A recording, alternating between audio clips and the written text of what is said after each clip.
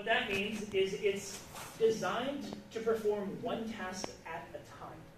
And it just continues improving at that one specific task. So, the goal of this AI is to find an automated solution to a problem or even an inconvenience that you have, and it improves on that something.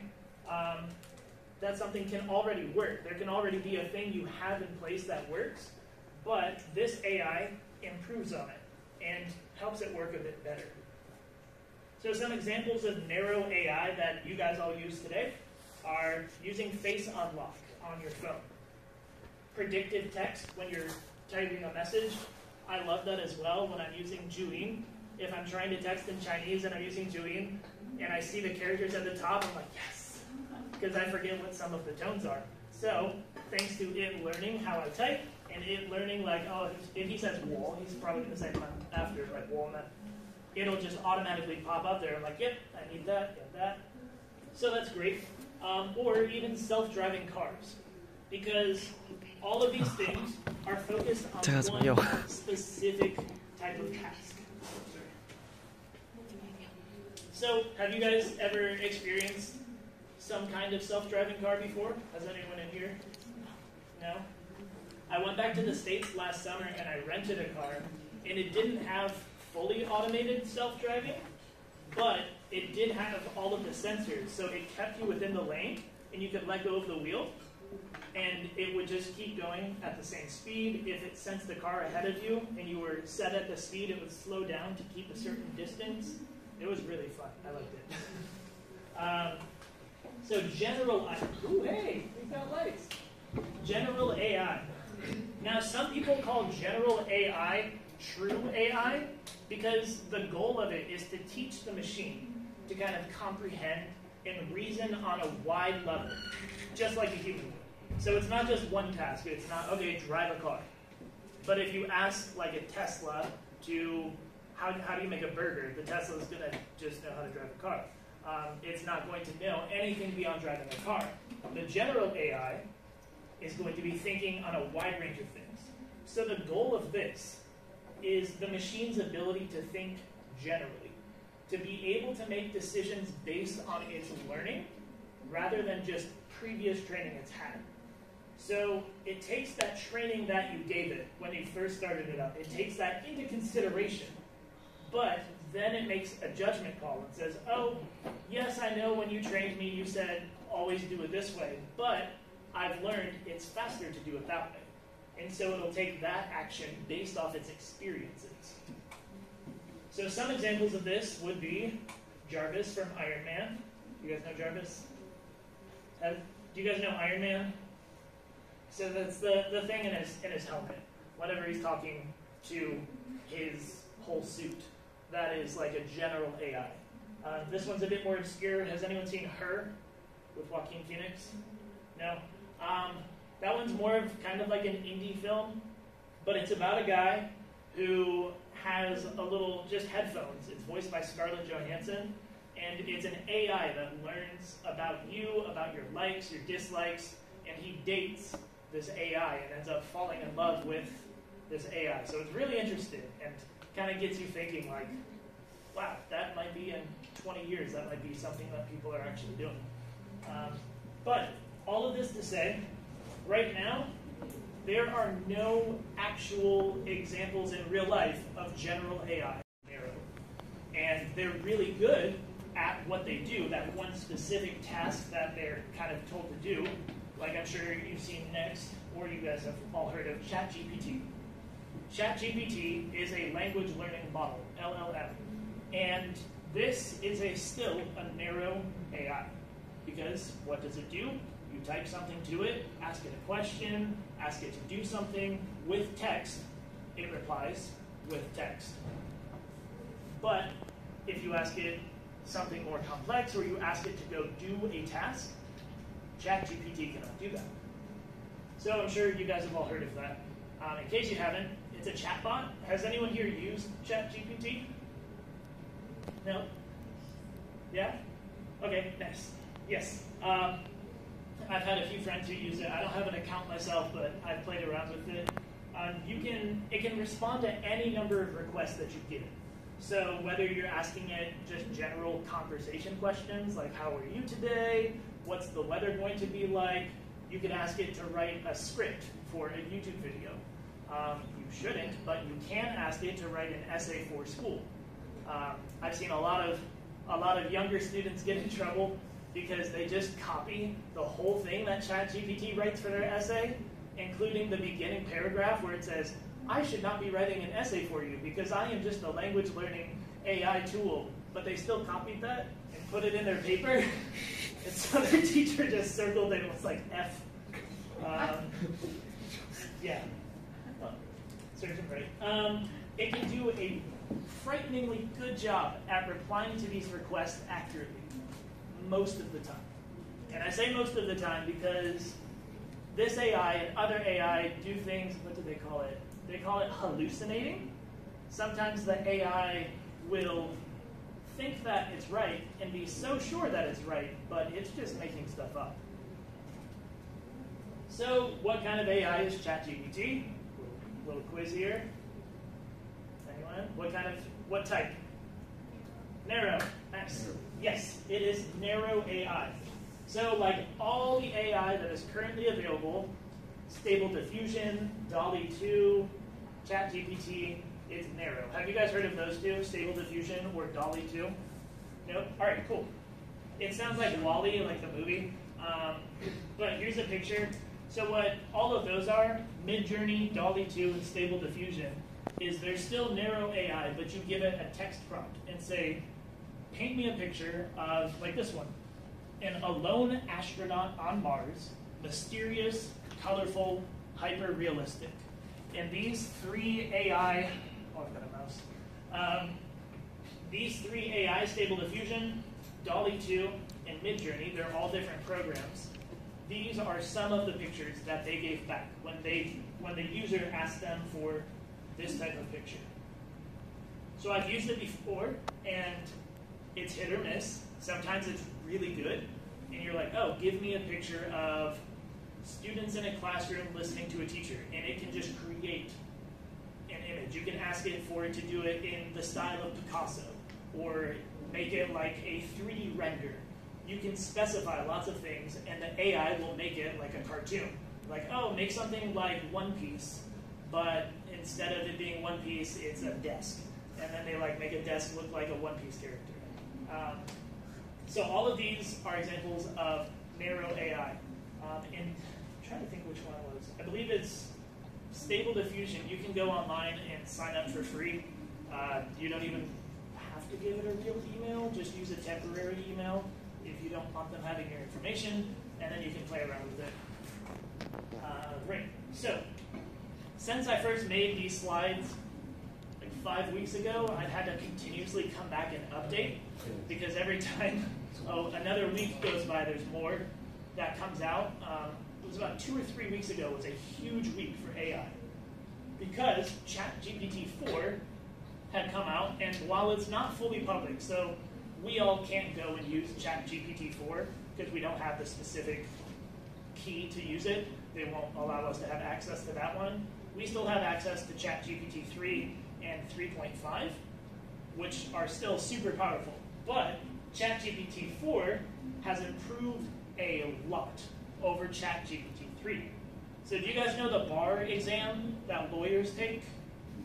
It's a big exam that lawyers have to take. Bottom 10% of all of the humans that have taken, the average for all the humans that have taken the bar exam. It was in the bottom 10%, so it didn't do that well.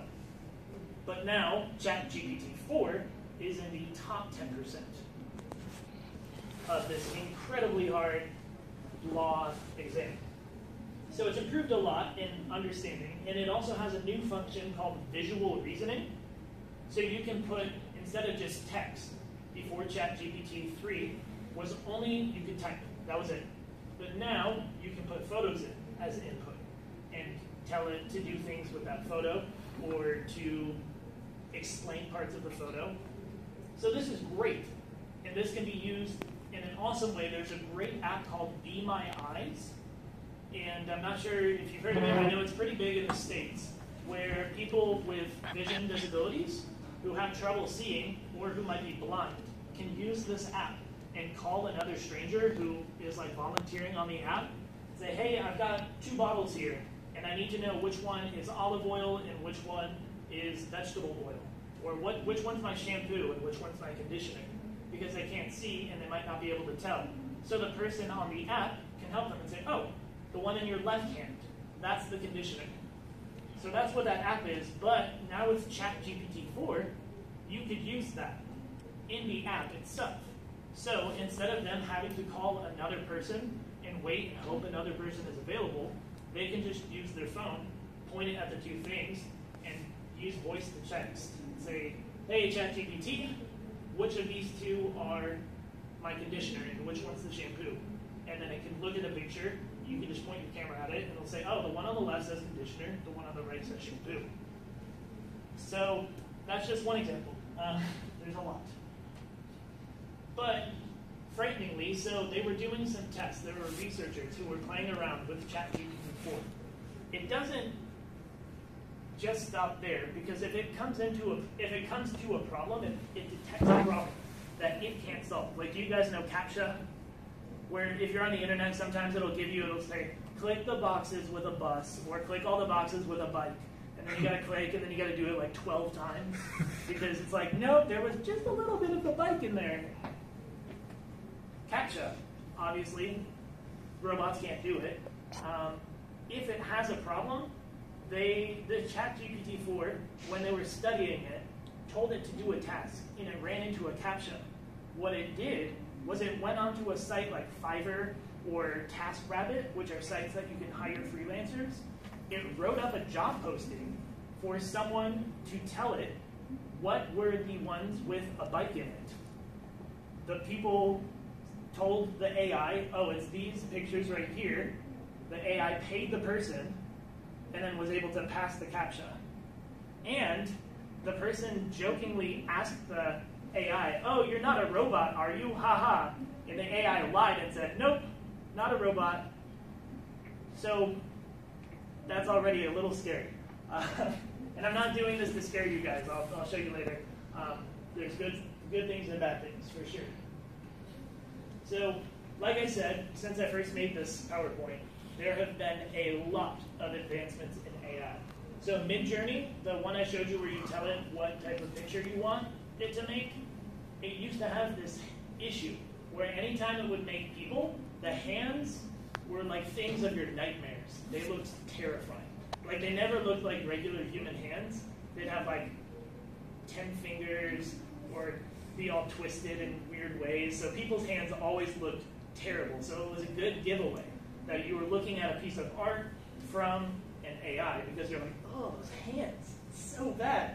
Like, no one tried to draw it like that. There was actually just a news article I was reading a few days ago where an artist submitted a photo into a massive photo competition, won first place, and then after winning first place, revealed this was actually done from AI. I didn't even do this art, because he wanted to make the point, like, we need regulation on AI. Like, you couldn't even tell that this wasn't made from humans. So, other new things, Google has an AI called Bard. So what Bard can do is, if you've got long emails or lots of email chains, it can summarize, it can read all of the emails. You say, I don't want to read 30 emails between my professor and all of the other students. I don't have time to read all of their back and forth emails. Bard just summarize it for me, and it will give you bullet points and say, oh, Professor Anne-Marie said this, the students are trying to decide, your classmates are trying to decide between these 2 things, and you should probably respond yes or no to this. And then you can ask it, all right, well, write a response and say yes for me. And it can write a full email in response to that for you. So you can just tell it, all right, tell them I said yes. And it can write a nice long email that seems like you've been paying attention to the whole conversation. Most impressive of all, there's been Microsoft's AI called Copilot. So how many people here use Windows? All right, a few people. Most people Mac? Okay. All right. Well, if you do use Windows, you've got Microsoft's, like Microsoft Word, Excel, PowerPoint, you know all of those? Like I think it's Microsoft 365 now. So, Microsoft has a new thing called Copilot, where you can give it an Excel. Oh, first there's Teams, which is like their Zoom. It's Microsoft's version of Zoom. Basically, it's called Teams. If you're late to a meeting on Teams, you can ask it to give you a summary of what has been said. It can give you either a full transcript of the entire meeting. It can just give you a summary of things that matter to your job position. Like if you are a graphic designer and you're late joining a meeting, but they haven't mentioned anything about graphic design yet, it will just say, oh, they've just been talking generally about this, nothing that relates to your job. But if it does relate to your job, it can give you bullet points of everything they've talked about, when in the recording they talked about it, and what specifically they said, and then it can also give you suggestions of how to reply. It can do things like look at an Excel spreadsheet. So if you own a business and you've sold lots of different products, and you have a big spreadsheet of all of the products you've sold, how much you sold it, who you sold it to, were they a subscriber to your newsletter, lots and lots of data. You can just give it the spreadsheet and say, make sense of this for me. It can create graphs. It can create a PowerPoint presentation about summarizing all of the information, including graphs, pictures, text, put all of it together for you, give you a written document summarizing it, and then can give you notes to guide you if you want to give the PowerPoint presentation and tell you what you need to say and what are key points you need to focus on. All written by the AI. You just tell it, oh, take this document and make it so I can present it and tell people about it. It'll do all of those things for you. So it's very powerful and can be very, very helpful. So the newest thing, this I just wrote 2 days ago or 3 days ago, AutoGPT. And I'm sorry for like 1,000 words on every slide, guys. I tried to keep it short, but it was either going to be like 90 slides or I just wrote a lot. So AutoGPT is the newest AI that you are going to be hearing about soon. So if you're sick of ChatGPT, it's the newest AI instead of ChatGPT. It's a GitHub project, so it's open source. If you have access to ChatGPT, it uses ChatGPT's basis, its API, and it adds on to it. So if you have access to ChatGPT 3, 3.5, 4, if you're very lucky, you can use AutoGPT. So when you give it a goal, unlike ChatGPT, you ask ChatGPT a question, or you ask it to do something like write a poem. It responds to you, and that's it. But for AutoGPT, you give it a goal, and it won't respond to you with a second response, with a second prompt, waiting for you to say, okay, good, you wrote a poem, now do this with the poem. You tell it, I want you to do this whole task, and it will do that whole task for you and work towards that goal until it's finished. So it's a whole lot more autonomous. It's a lot closer to general AI because it's going above and beyond. Let me see, actually. I was looking at the time. Ooh, it's 4:56. I won't show all of the videos, and I can share the videos with you guys if you're interested in watching them. Because of, sorry, let's see. All right, this one's actually pretty interesting. So somebody connected AutoGPT to a food delivery service, like Foodpanda or Uber Eats. I think it was Uber Eats in the States. They connected it to Uber Eats. They said, I want meals for this whole week. Plan all of my meals. And that's all they told it. They said, plan my meals, I like this food, I don't like that kind of food. The AI went, found recipes that included the foods the person liked, didn't include the things they didn't like, and made a schedule of every day of the week, what they would make, what they were going to eat. It then went to the grocery store site, or used the app, ordered all of the ingredients for all of the recipes that they were going to be making that week. Had it delivered to the person's house, and it was connected to a payment service as well. So it bought all of the groceries, had it delivered to their house, and then had a printed out sheet of Monday, you'll have this for breakfast, this for lunch, this for dinner. These are the ingredients that you need for this recipe. You're only going to use half a can of the tomato sauce on Monday for dinner, so on Friday, you will use the other half of the can for lunch when you make this. And it ordered just the right amount of all of the ingredients so that things weren't going to waste. Others have connected their Bitcoin wallet to their stock trading portfolio to try to get as much money as they can from the stock market. The possibilities are crazy. I'll skip this video, but what they do in the video is they gave the AI, they put 25 of these AI in a game. And they gave one AI the task to throw a birthday party, or a Valentine's Day party. Said, okay, throw a Valentine's Day party in your village. And that's all they told it. That AI went and reached out to the other AIs, invited them to the party, set a set time for the party. They all planned who would bring what. They asked each other on dates to the party, and they even specifically didn't invite some AI that they weren't that close to. All of this off of one prompt, saying, this one AI, throw a Valentine's Day party. And all of that within the game was able to just do its own thing and pretty much be autonomous. AI is so good at what it does. It's giving the AI a lot of information, like massive amounts of data, whether it's pictures, text, video, and then letting it basically teach itself with that little bit of information you gave it. So it's been in video games where, like I used to play a game called Rocket League. It's car soccer. They're like little cars, you control the car and you play soccer.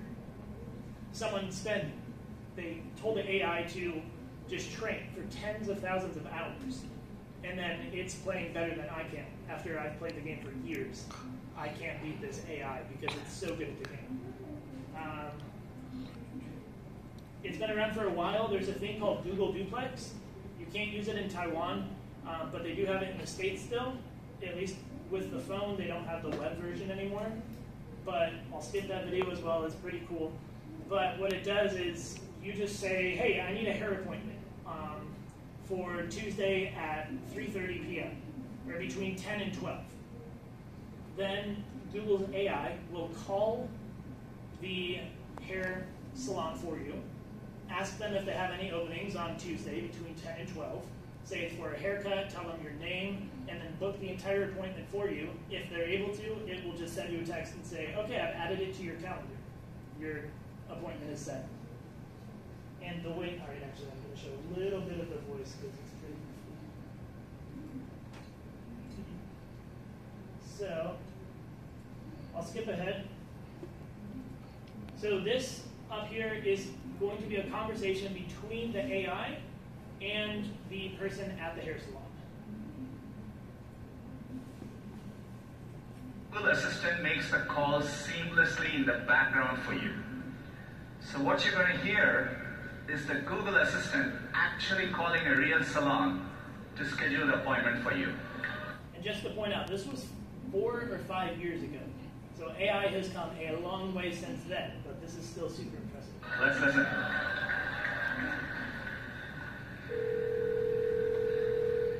So how can I help you? Hi, I'm calling to book a woman's haircut for a client. I'm looking for something on May 3rd. Sure, give me 1 second. Sure, what time are you looking for around? At 12 p.m. We do not have a 12 p.m. available. The closest we have to that is a 1:15. Do you have anything between 10 a.m. and 12 p.m.? Depending on what service she would like, what service is she looking for? Just a woman's haircut for now? Okay, we have it 10 o'clock. 10 a.m. is fine. Okay, what's her first name? The first name is Lisa. Okay, perfect. So I will see Lisa at 10 o'clock on May 3rd. Okay, great. Thanks, great. Have a great day. Bye. So, that to me is just super impressive. In and of itself, it's something we can use now, and it's been around for 4 years. So, it's also been used in medicine to help detect Parkinson's. If you guys know what Parkinson's is, it's like a degenerative disease. I forgot how to say it in Chinese. Does anyone know Parkinson's? So it has helped detect Parkinson's through thousands of vocal recordings. So people have their voice recorded because a very early indicator of Parkinson's is your voice changes. But it's not something that we as humans detect. Like if you heard me talk now and then I talked again a month from now, if you were my doctor and my voice changed just a little bit higher, you wouldn't notice that much because you wouldn't remember what I sounded like a month ago. But the AI is able to have the exact sound waves of their voice and compare it and say, oh, they've had voice changes. They have some early signs of Parkinson's.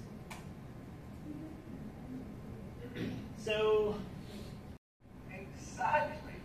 Lawyers might end up working with AI rather than being replaced by it. So don't be surprised when you see ads one day for the law firm of Salino and 1101011. All right. So,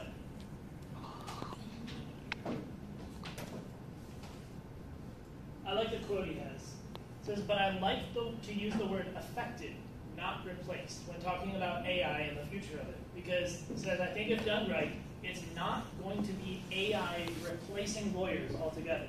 It's going to be lawyers who work with AI replacing lawyers who don't work with AI.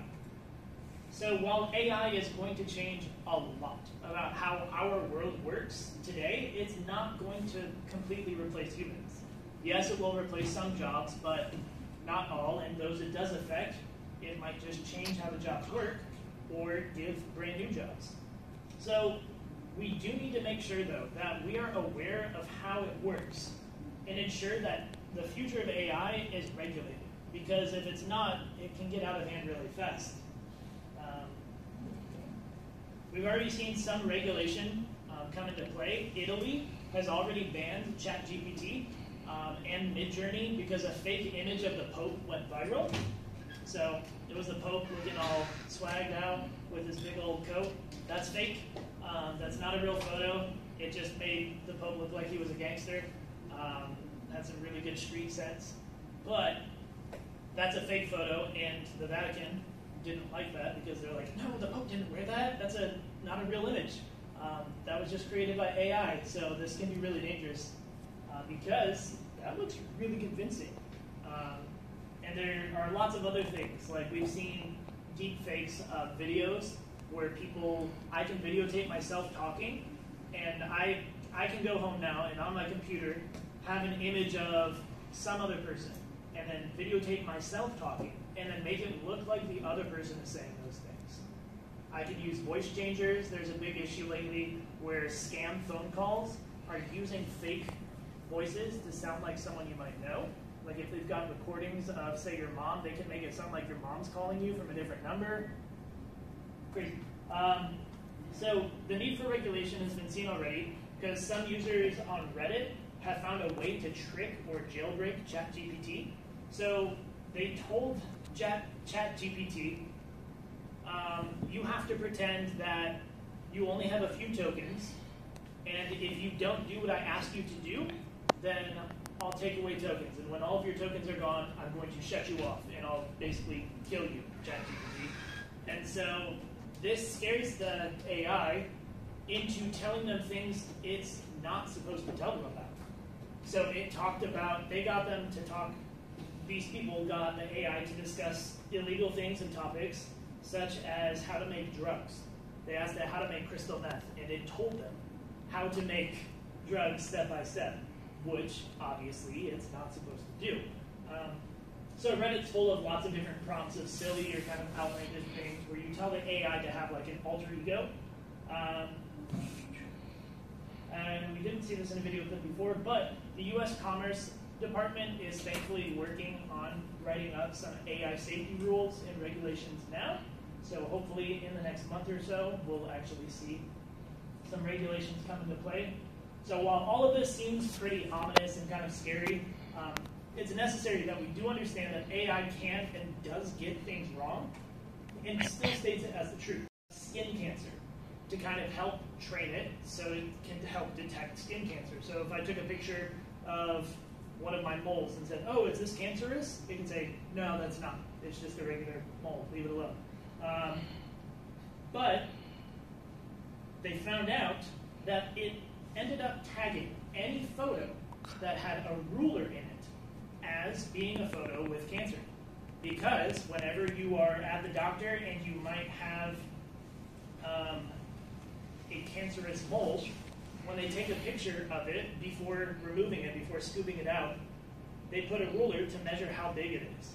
But they don't do that with just regular birthmarks or moles. So the AI incorrectly learned, oh, there's a picture of a ruler, it's cancer.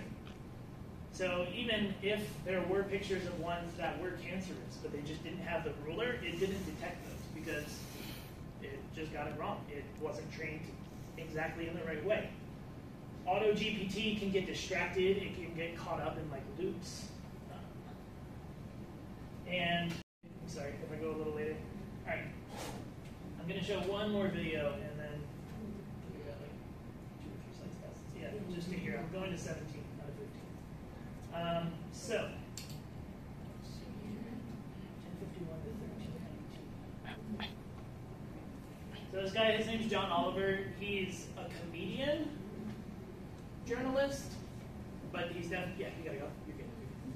Thanks for joining. So he's definitely a comedian. If you're interested in watching more, it's a really interesting video, but I do just have to let you know he swears a lot.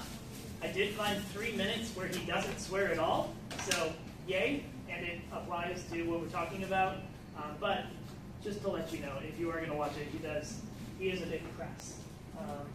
But as computing capacity has increased and new tools became available, AI programs have improved exponentially to the point we're going to make the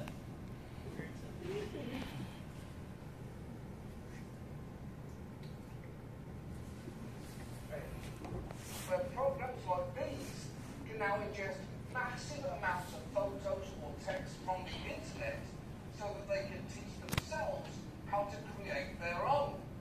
And there are other exciting potential applications here too. For instance, in the world of medicine, researchers are training AI to detect certain conditions much earlier and more accurately than human doctors can. Voice changes can be an early indicator of Parkinson's. Max and his team collected thousands of vocal recordings and fed them to an algorithm they developed, which learned to detect differences in voice patterns between people with and without the condition. Yeah, that's honestly amazing, isn't it? It is incredible to see AI doing things most humans couldn't, like in this case, detecting illnesses and listening when old people are talking. And that is just the beginning. Researchers have also trained AI to predict the shape of protein structures, a normally extremely time-consuming process that computers can do way, way faster. This could not only speed up our understanding of diseases, but also the development of new drugs. As one researcher put it, this will change medicine, it will change research, it will change bioengineering, it will change everything. And if you're thinking, well, that all sounds great, but if AI can do what humans can do only better, and I am a human, then what exactly happens to me? Well, that is a good question. Many do expect it to replace some human labor. Interestingly, unlike past bouts of automation that primarily impacted blue-collar jobs, it might end up affecting white-collar jobs that involve processing data, writing text, or even programming, though it is worth noting, as we have discussed before on this show, while automation does threaten some jobs, it can also just change others and create brand new ones. And some experts anticipate that that is what will happen